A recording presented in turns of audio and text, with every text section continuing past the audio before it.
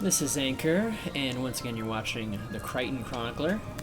Of course you should know that by now if you looked at the title of the video. Damn YouTube for its simplicity. Anyways, I'm back, and so is Eckhart. We're about to go on a little adventure. So what's happening right here is you may recognize two of these characters from the previous episode. This is Ophelia, and this is Olivia. And Eckhart is surprised to see them, although he shouldn't be because he actually asked them here. Now, Eckhart, if you don't already know, he's an engineer. He's looking to explore and learn more about the world. And so he has decided to embark on a bit of a, I don't want to say quest because that's tacky, but he is going on a bit of a trip.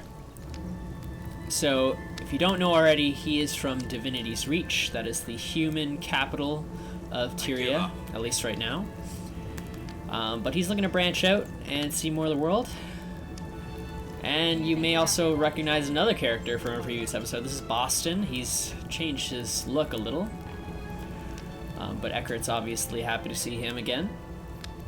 So the reason he has called these companions back to help him is he is planning a trip to another city that is Lion's Arch. And of course the road there is a bit dangerous for a lonely engineer like himself. So he's happy to have some of his old pals back from the previous episode. So now, if you've seen before, I typically try and stick with spontaneous roleplay and just roleplay with whoever happens to be in the premises at the time that I'm playing. This time I'm doing things a little differently. This time, as you can see, Eckhart obviously organized, he planned this meeting and asked for their help to actually make it to Lion's Arch in one piece. So sometimes I'll kind of do a little bit of planning just to get things started, but that's as far as I've planned, really. Everything after this is just pure off-the-cuff, spontaneous roleplay. And that's really the best part. I mean, it's not the same as acting where you have a script to read from. It's really just writing a story as you go. And so Eckhart's just going to sort of introduce Boston to the others and you to the others in case you haven't seen the previous episode, so I'll let you see that.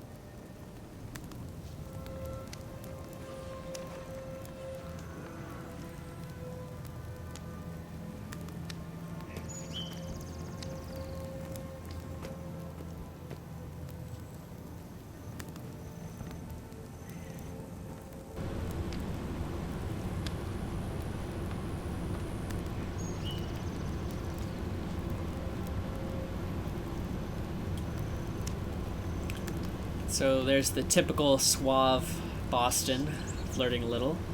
And now that's the great thing about meeting other characters sort of spontaneously while playing is, I mean, sometimes it'll just be a one-shot thing where you'll just play together and then go your separate ways, but it can also lead to chances to play with other people in the future. And so I really just happened to be online. I was planning to go to Lion's Arch just to get some questing done anyways, and I noticed these three happened to be online, and I sent them a message, and they agreed to come out and do a little role-playing.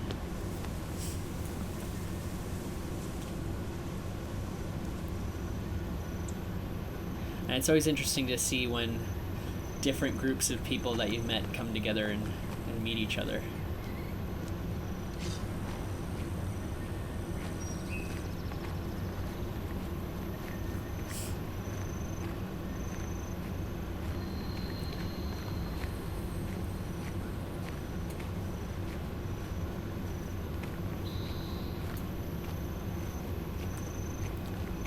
Okay, so if you didn't catch the mini-sode that I released before this one, Basically, after the second episode, Eckhart sort of introduced Livia to Sharos, who's with the Ministry Guard. So they met again, talked a bit more, and Sharos actually offered her sort of an audition to apply for a position in the Ministry Guard. And you can now see in her name, she's actually got the clan tag MG, which stands for Ministry Guard. So she actually, both in character and as a player, her characters joined the guild for the Ministry Guard. And she's actually, while role-playing, done some of the work for that organization, as she'll explain.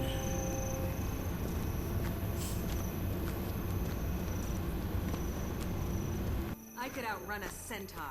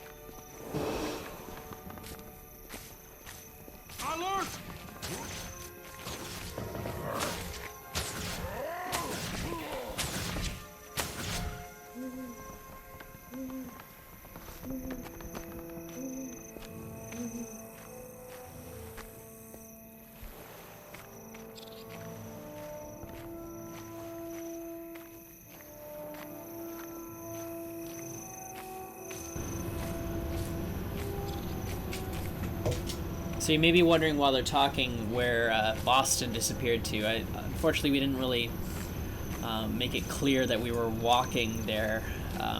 And sometimes you have to sort of coordinate things out of character just to make sure everyone's on the same page. Fortunately, didn't really set that across, and he actually waypointed, teleported ahead of us. But we do meet up with him in just a little bit.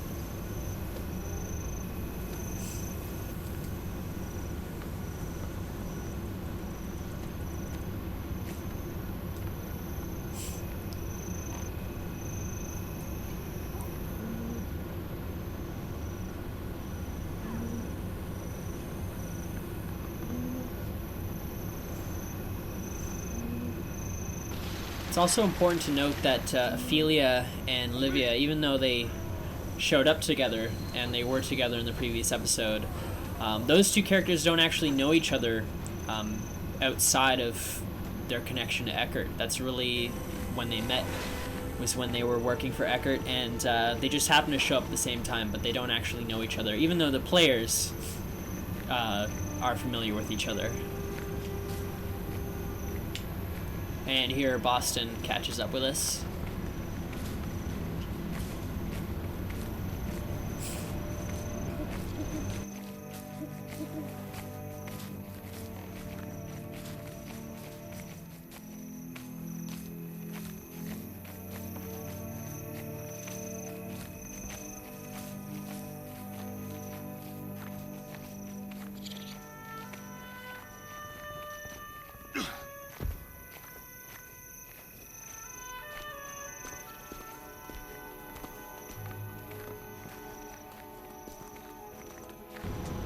I don't know how sensitive this microphone is, but you hear me gulping, that's just my ginger ale.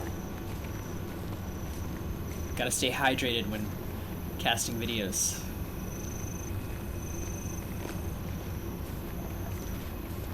I'm not gonna tell you what brand of ginger ale it is until someone pays me money. So now Eckhart's sort of catching up with Boston. It has been a while since the two have met. That was, of course, in the first episode. Boston was working with the Order of Whispers, and Eckhart helped a little bit with his mission. As you can see, he's actually continued working with them.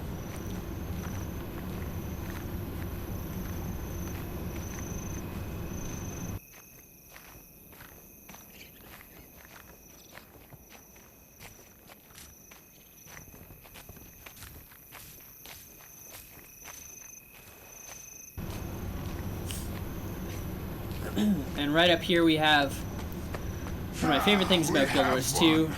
Let us hope it's better than the swill the Harathi. That would be a dynamic event.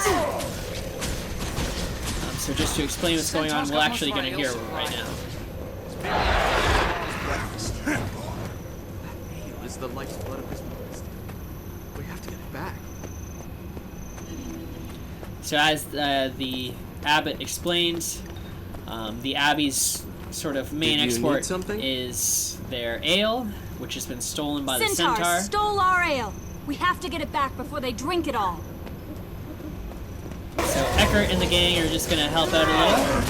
So it's one of the many dynamic events that'll happen during the game, which makes role-playing way more unpredictable. Ale collection is and way more restored. fun. All is well once more. So I had to kind of skip through the combat a little, just because there's so much that happened this episode. I do have to cut out a little bit, but nothing too important. Obviously, they were victorious.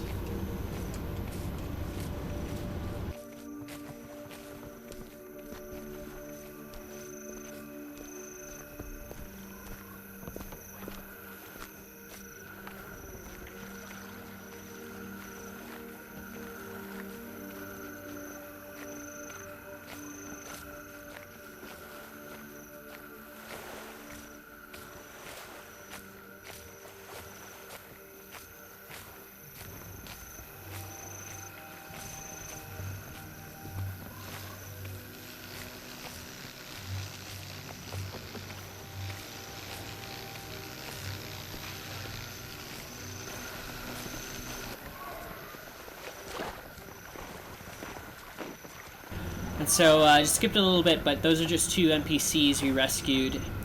The swamp is a pretty dangerous place. Obviously, that's why Eckhart needs protection. But it's also a very mysterious place.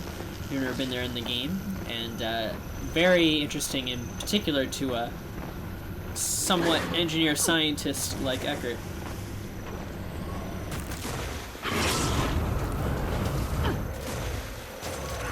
Eat my dust!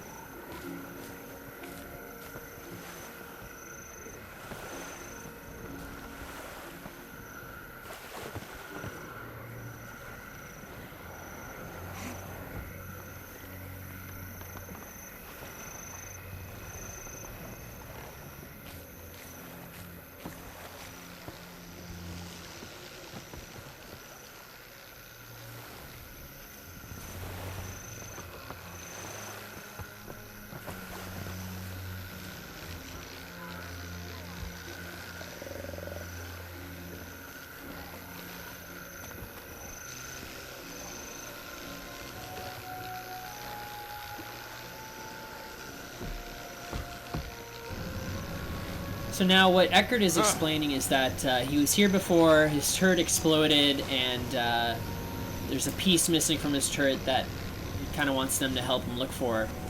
And so that's just something I came up with, really is to give the character an excuse or a reason in character to explore this area of the swamp. Because I haven't actually done too much exploring in the game, wanted to get that finished while I was, you know, interacting with these guys.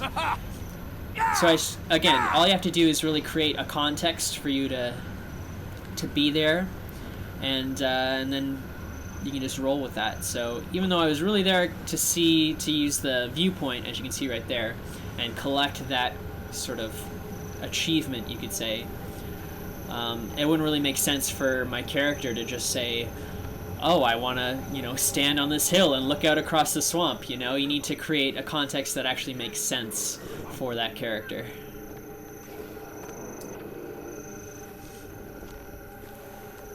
So like maybe if you were playing some sort of detective character, then maybe you had to look for clues, or if you're, you know, a warrior, then maybe you wanted to go there to train and practice your skills. You just have to create some sort of reason that will make sense for your character And then you can still enjoy aspects of the game while not completely looking silly, you know?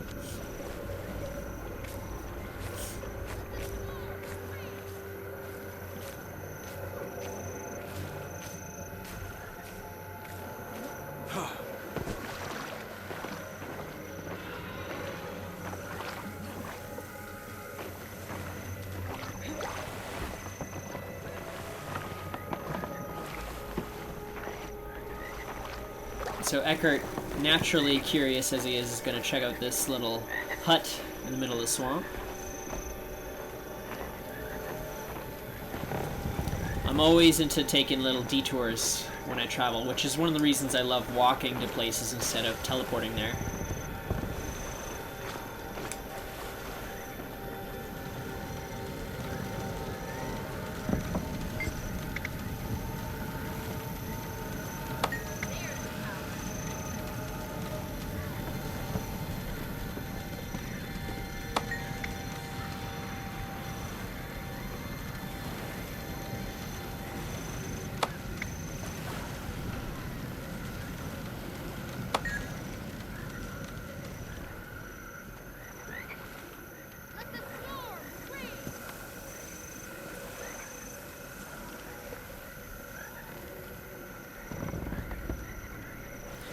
So if you weren't following along with that dialogue with the NPC, basically he's just explaining that he had this powerful tome, this book. There's a lot of magic surrounding it. He's too wary to look into it himself, but he asked Eckhart if he would examine it for him.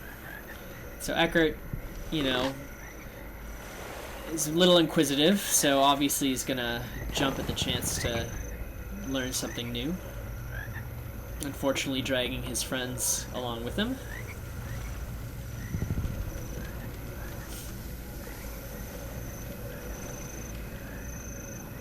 And so you can tell Olivia is a bit of an intuitive character. She instantly can sense that there's, you know, something ominous about this book, and even though the quest kind of spells it out for you that this is something bad's gonna happen, it really depends on the type of character you're playing, how you want to react to it. So Eckhart, he's smart in some ways, but dumb in others. So he obviously doesn't see anything wrong with it. Whereas Olivia is more of a sensitive, intuitive kind of character, reacts accordingly.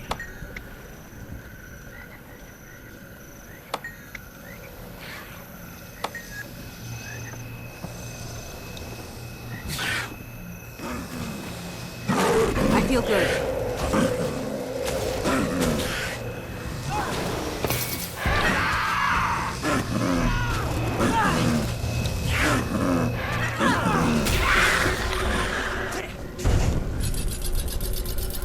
So unfortunately it was impossible to get a good camera angle there, but what happened was they read the book, and simply by reading it, it summoned this evil creature, which they were luckily able to slay.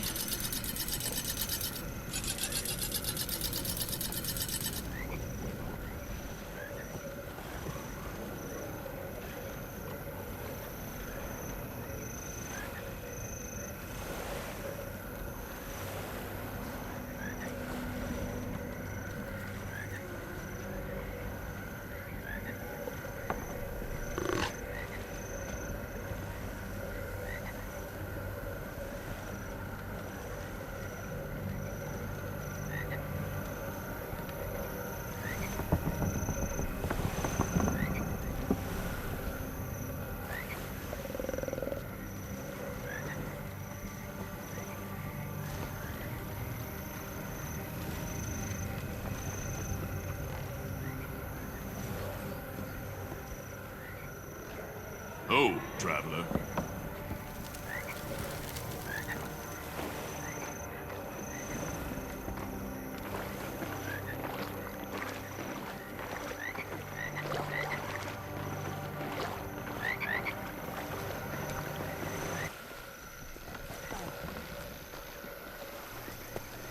So I had to skip a little bit.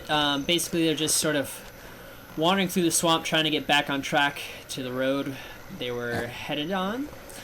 Got a little sidetracked by some of the creatures in the swamp. And right now they're just discussing the portal. You can see off in the distance the green portal there, sort of discussing its magical properties, its dark magical properties.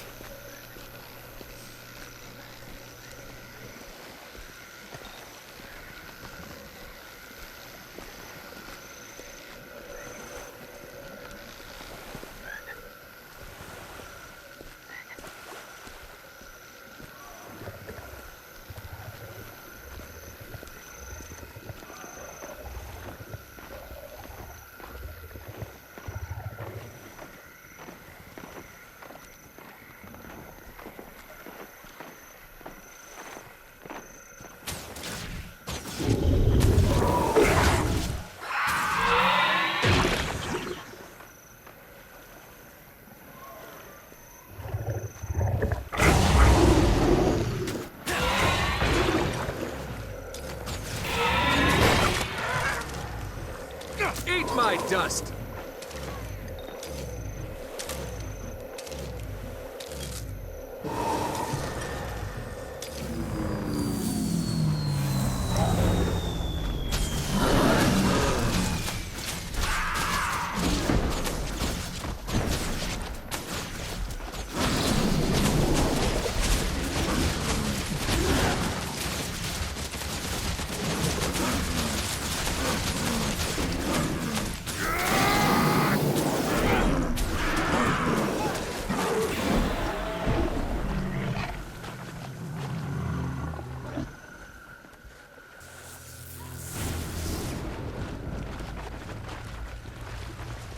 So there's another reason I love role-playing while out in the open world. You can be in the middle of a conversation and then all of a sudden that'll happen.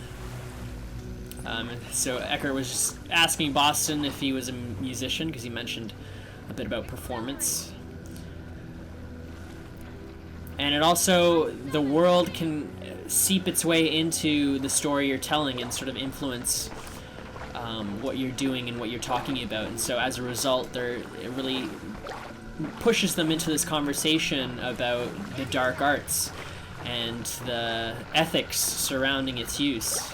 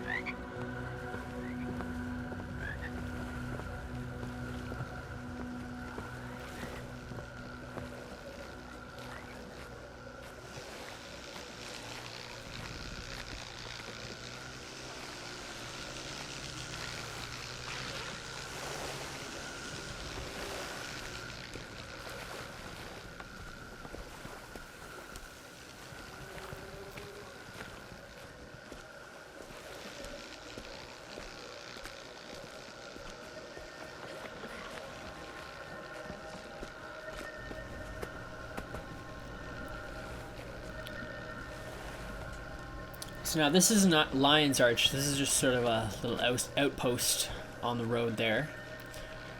So they're going to take a little bit of a rest on their way. So yeah, we're learning a little bit more about Ophelia, that she's bugs around here. not only Is sympathetic to heart-stoppingly those who use dark arts, but she does know a little bit of dark magic herself. I didn't even know rangers could use magic, so it was a surprise to me as well as Eckhart. That's the whole point of him meeting more people and exploring the world, is to learn these sorts of things. And so now I actually skipped ahead a little bit. If you're familiar with this actual area of the game, then you'll know this is a bit farther ahead than where they were. Unfortunately, when we went to loading screens, I accidentally turned off the recording and forgot to hit record until right now. So we missed a little bit, nothing too important. They just passed a sort of a bandit hideout, and there they rescued a woman, again, part of a dynamic event. And so this is right after that. They just sort of took a little rest at this outpost. Livia and Eckhart consulted a room with a map up in the tower, just to sort of get their bearings, and talked a little bit about Livia and her plans in life, and how she's really just about helping people, whereas Eckhart's more interested in understanding the world and how it works.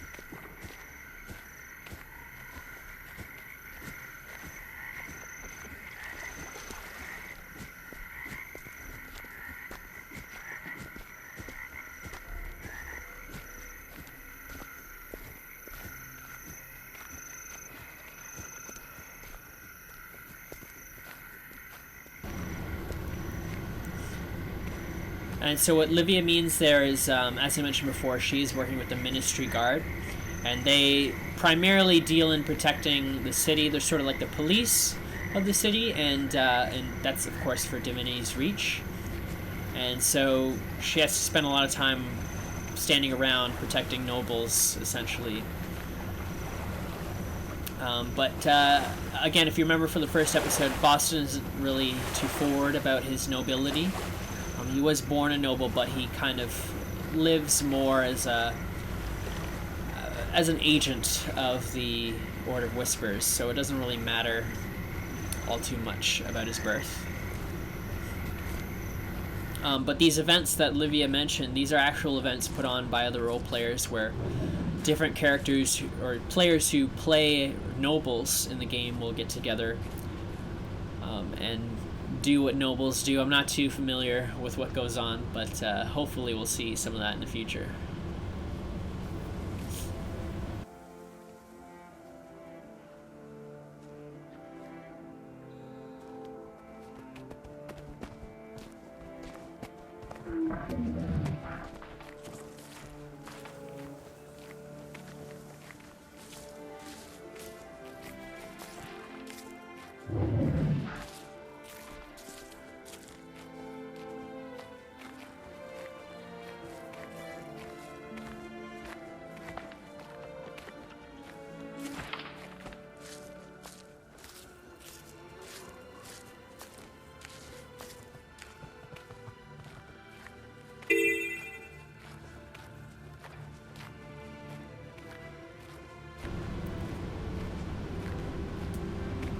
That was me speaking somewhat out of character, because I do actually love those. I love the design of those creatures.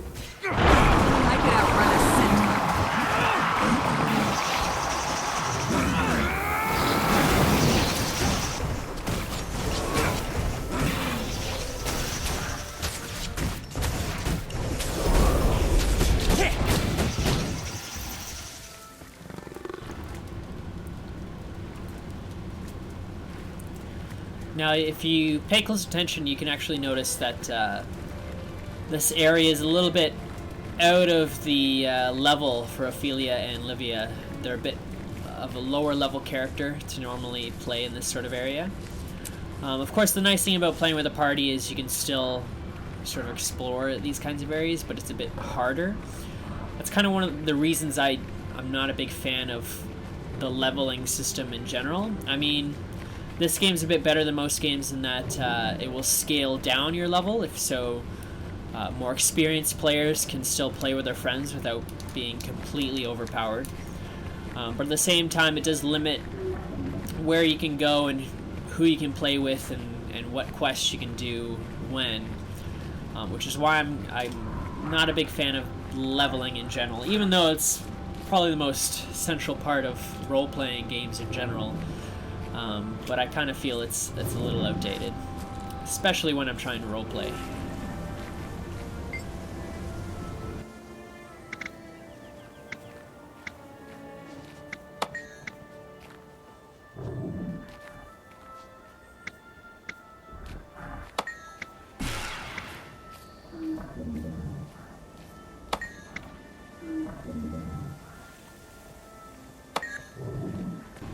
So what Eckhart is just discussing there is he was just asking about all the dead bodies around, which is leading or connected to the undead problem that this little outpost is having. So they agreed to help a little bit. Also just a way of taking a little rest. If you can see, Olivia's over in the corner. Her character is obviously not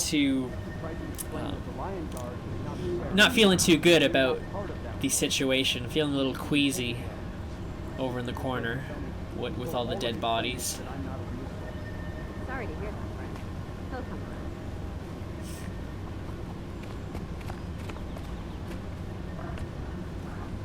Whereas Boston, you can see, is completely unaffected. Boston and Ophelia are a bit more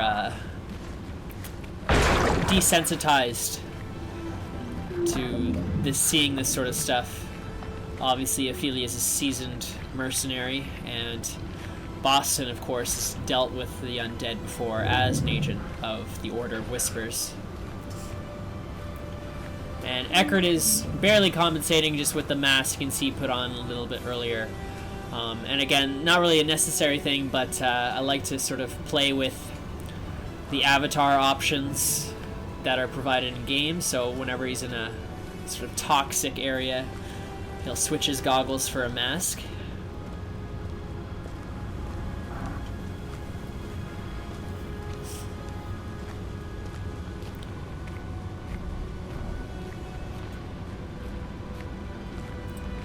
And so they're just talking about Sharos a little bit. Now, when Eckhart met Sharos, that's before the Krytan Chronicler started.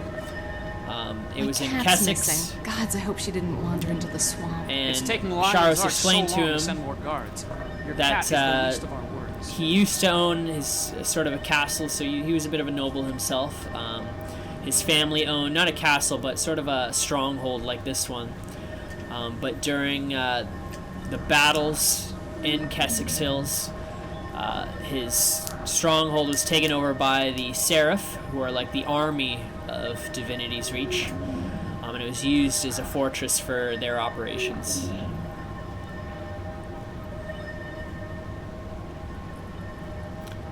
And right now they're just talking about Livia, since she seems a little affected by the undead and the noxious air around them. They're just a little worried she might have been made ill.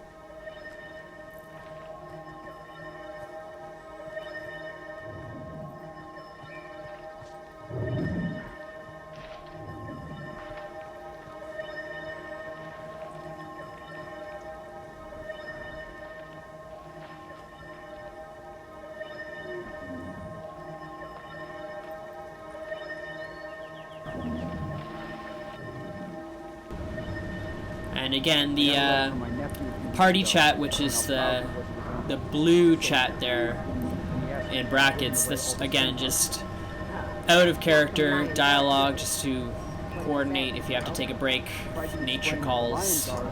That's what it's there for. You're not part of them. You didn't take it well. My sister just wrote to tell me he told all of his playmates that I'm not a real soul. Sorry to hear that, friend. He'll come around. And again, you can hear this background conversation between these two guards. That's something that the designers put in to make the game a bit more dynamic and make it feel a bit more like a living world. And again, it's the reason I love role-playing, because, I mean, the designers put in that conversation. Yes, it does make it feel a bit more real, but at the same time, you're getting the same conversation on a loop every couple, I'm not sure, hour or so. Whereas role-playing, if you're in an area like this and someone happens to walk by, then they're going to hear this conversation, which is an actual unique conversation that isn't, you know, being repeated on a loop. They'll be the only people to hear it. So it takes what the designers put into the game and multiplies it, really.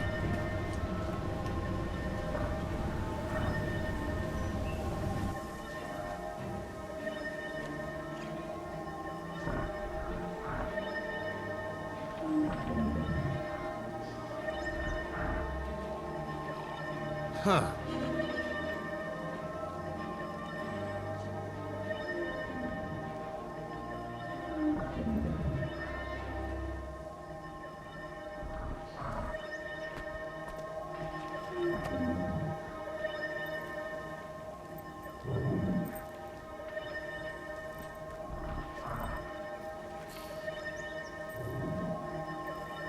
If guards keep dying, Lion's Arch will eventually stop.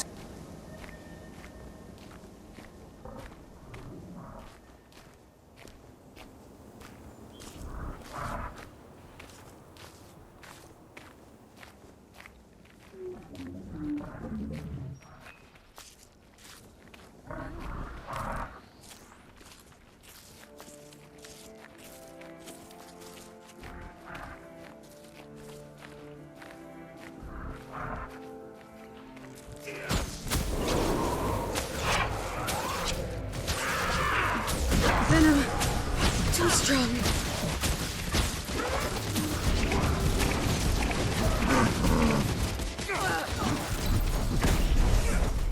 I could use a hand over here.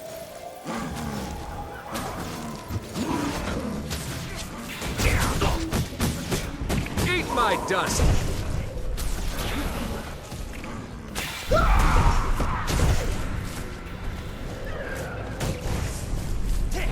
And so now what just happened a second ago, when Eckhart started speaking to that other player there, as we were walking, I noticed that that player typed something as an emote.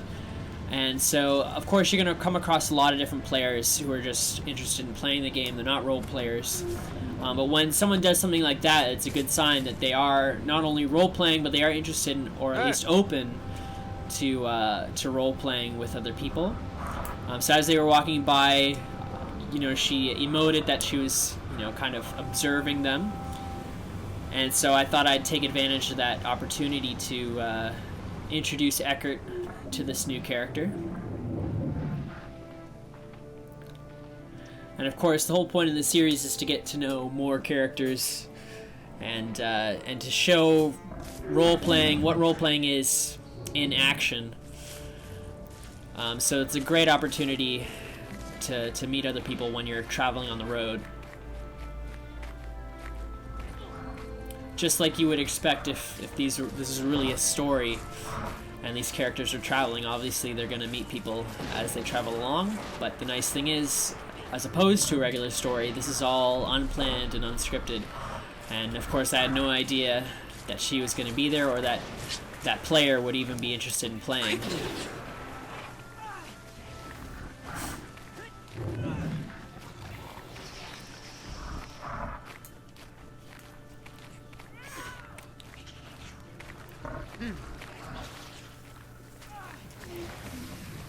So now Sylvari is a new race that Eckhart hasn't seen before, at least not on Krytan Chronicler. They are a fairly new race that has appeared in the world of Tyria. So there's a lot of mystery surrounding them, so of course Eckhart is fascinated. So he's gonna get to know this character a little bit. And you can tell they're basically sort of a plant-like race. They dwell in the forests, and they're actually, instead of being born, they're sort of grown like a plant would be.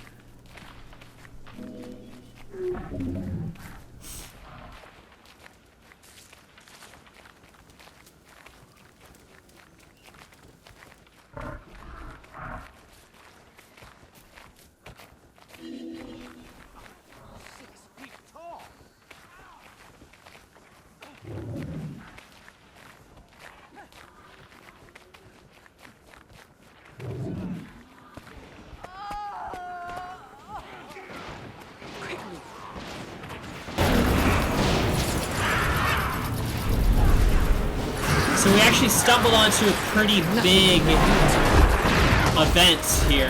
That's why there's a lot of players, you know, all fighting in the same area.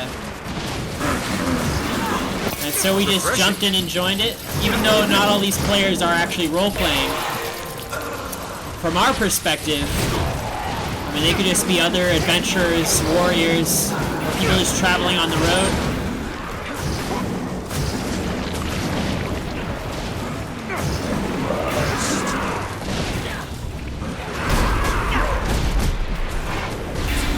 Actually skipping over a lot here. It was a pretty big battle. Of course with a boss fight, which is my favorite part.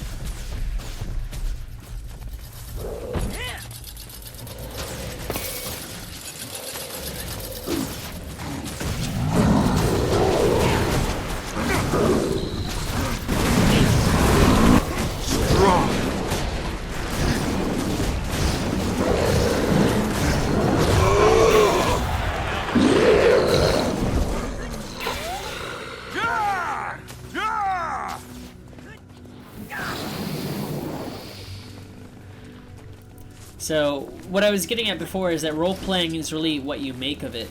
You really have to use your imagination, because it relies mostly on your imagination. And so even though most of those players weren't actually role-playing, they were probably just there to get an achievement or finish a quest.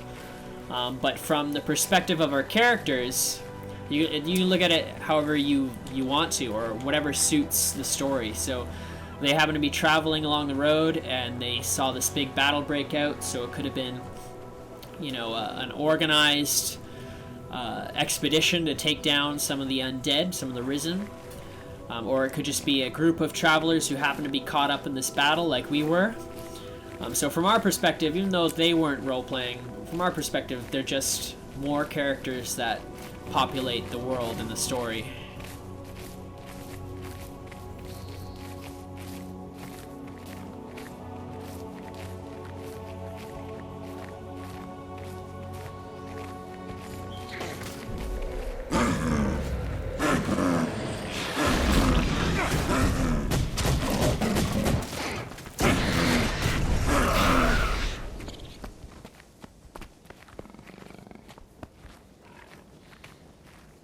Oh, now that's a view.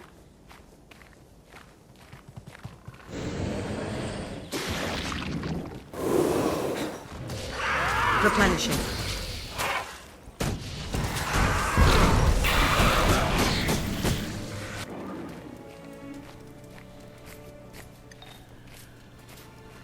And now, I love how, even though we've just met Dieter, I'm not really sure how to pronounce her name, so I apologize if you're watching this, but as we've seen, even though we just met Dieter, we're already getting so much of her personality. She's obviously not, she's got a bit of an attitude, just to put it bluntly. She's not super enthusiastic about Eckhart's questions, and she's, again, giving these kind of quick, short answers. She's really just there to, you know, travel. She's not, you know, the making friends type of person. At least that's how she comes across at first.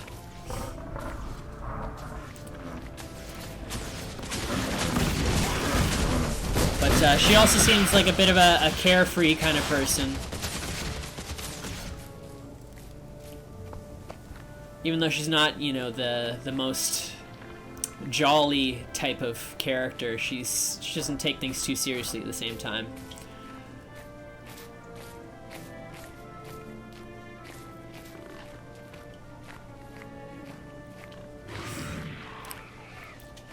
And so, coincidentally, the group was just talking about the dark arts, and so we happen to meet this Sylvari, who's also a necromancer,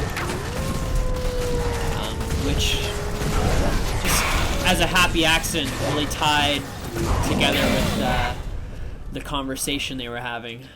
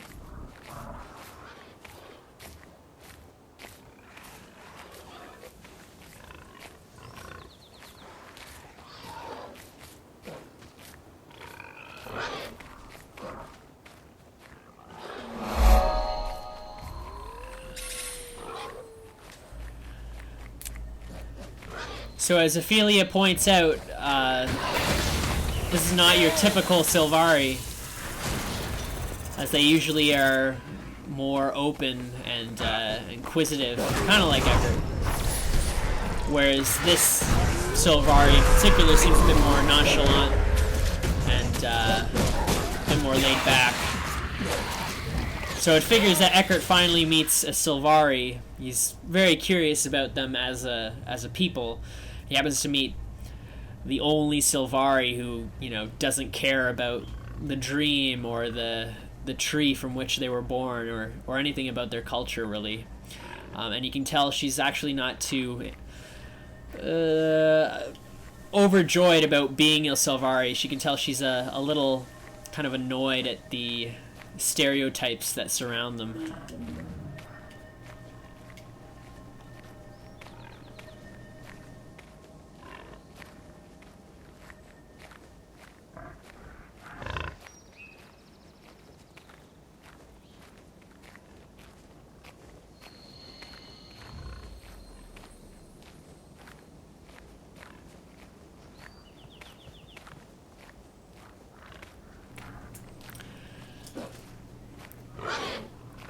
And so you may notice Boston and Livia trailing behind a little bit.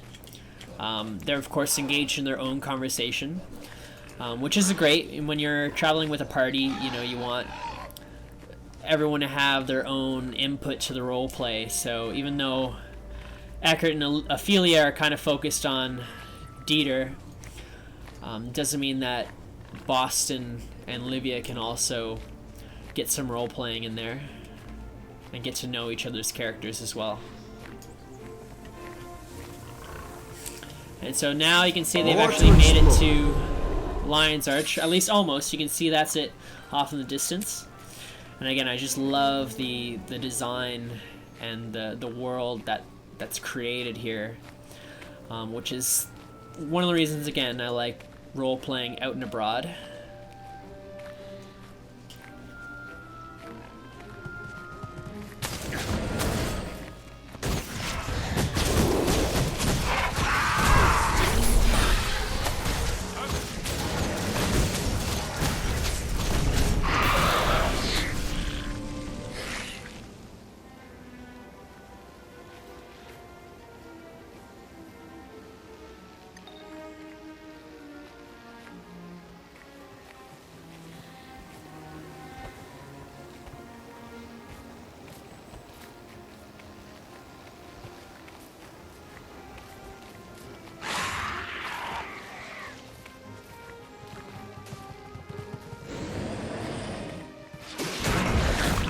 strong.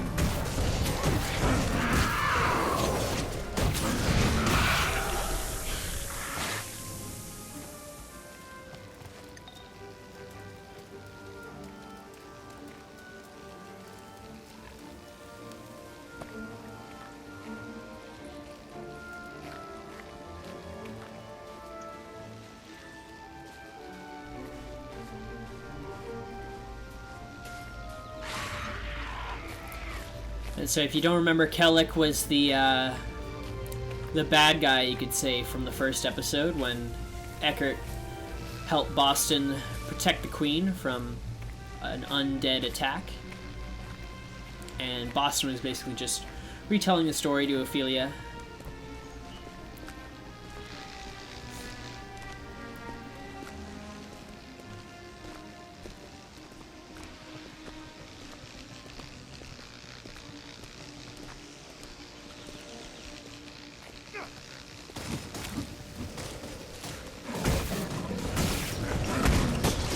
I could outrun a centaur.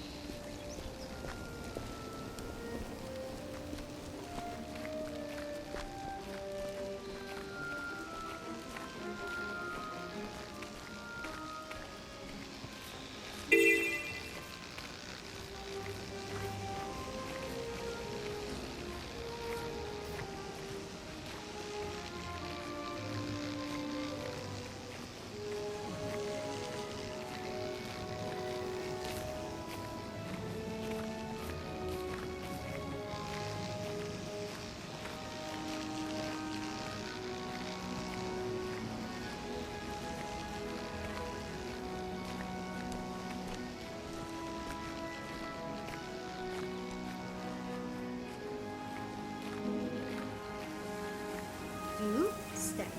Stay.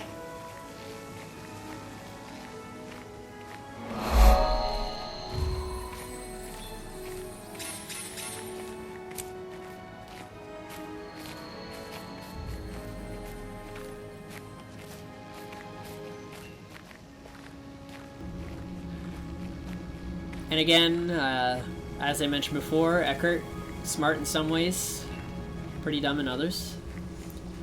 And that really depends on how you want to play your character. I mean, it's best to create as many realistic flaws as possible. I tend to play my characters kind of similar to the way I am, but at the same time, throw in a few other things. Obviously, I'm not an engineer. Well, it's not obvious. It could be as far as you know. But so you do have to change certain things.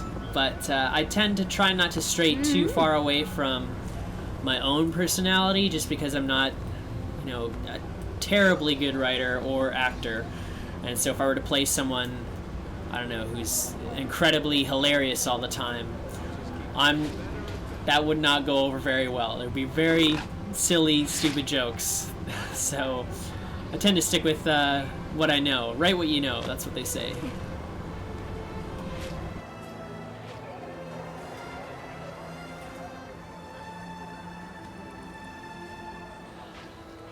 The Legion call.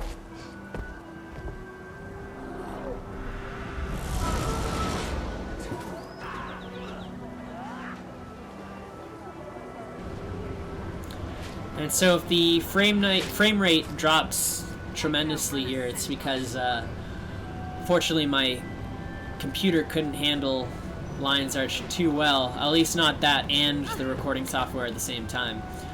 So it does get a little choppy here. But you do get to see a little bit of the city. So again, like Divinity's Reach, there's tons of other players.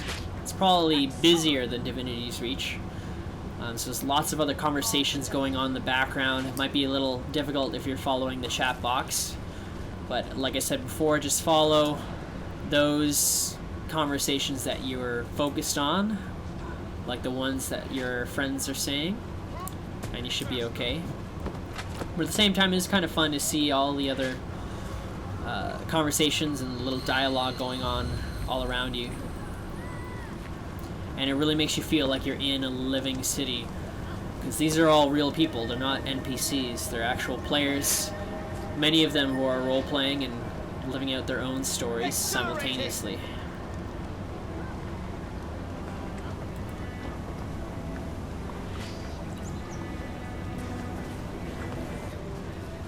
So now this is not a bad place to leave off for the episode. So you saw they made it to Lion's Arch. Their little adventure was successful. And this is the next step in Eckhart's, I guess you could say, character development. I mean, he's, as I mentioned before, an apprentice engineer. Part of completing his apprenticeship is visiting other cities and seeing more of the world. So now he's moved from Divinity's Reach to Lion's Arch. He'll be staying here, which means you'll see him here in the next episode as well. So I'm going to leave it off here and just let you watch the end. Before I go, I do want to mention I'm going to put a link below this video to a really amazing project linked to Guild Wars 2. Especially if you're a role player, you'll definitely enjoy this. It's essentially a newspaper that is sort of set in character. It's written in character by sort of different journalists inside the world of Guild Wars 2. It's actually put together by a number of people, as I understand. It's called the Krytan Herald. Are you still angry? So you should definitely check it out. And other than that, I hope you enjoyed the video. If you're a role player or if you're looking to start role playing in a video game, then I hope this video has been at least somewhat informative on how that works and how it can be fun. And you can definitely look forward to more adventures with Eckhart and the gang, you could say, in future episodes. So I hope you enjoyed it. Until next time, this is Anchor, signing out. If you can't hold your drink, this isn't the caravan for you.